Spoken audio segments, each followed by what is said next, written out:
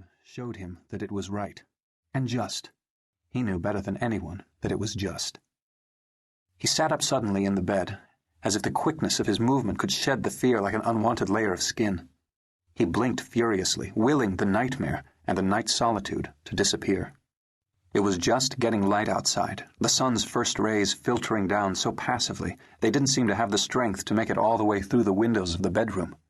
But neither the shadows of the dawn outside nor the icy air conditioning inside, the best system money could buy, were able to disguise the brutal humidity of this Washington summer.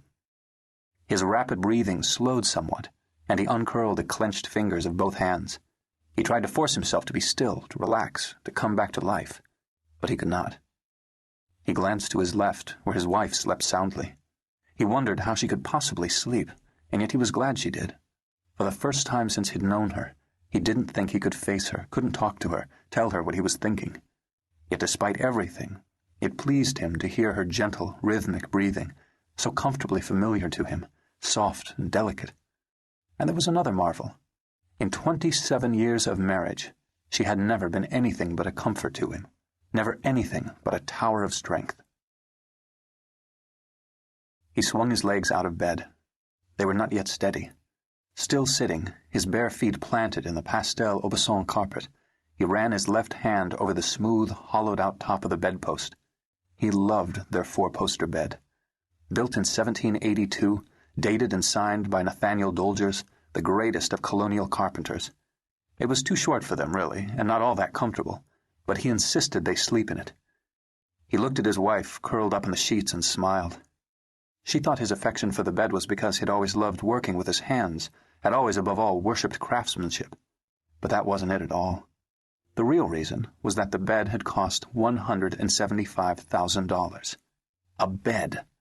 And every single night before he slept, if he slept, he thought about what his mother had done when he'd told her he was sleeping in a $175,000 bed. She'd laughed. She'd thrown her head back and laughed until tears of wonderment flowed down her leather-tough cheeks. His legs were steadier now, his heart no longer pounding. He stood slowly, padded over to the window. Directly before him he could see the square, deserted and still. To the right, below him, at the eastern side of the house, he could make out the garden, the silhouettes of her flowers. He glanced back at the sleeping woman and had to shake his head. They always referred to them as her flowers, and when she talked about them, she might have been talking about the children they'd never had.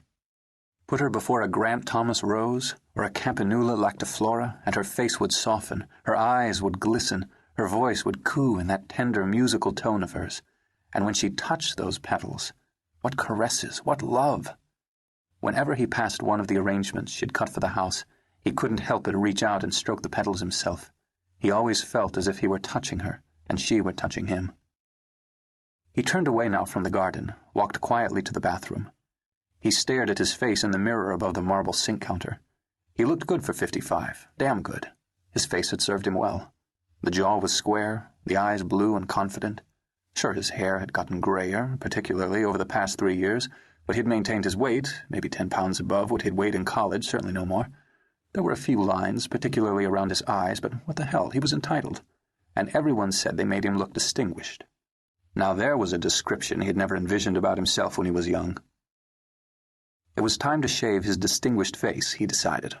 He picked up the electric shaver, wishing, as he did every morning, for an old-fashioned razor, but she would not allow him one. It was too unpredictable, she said. What if he cut himself?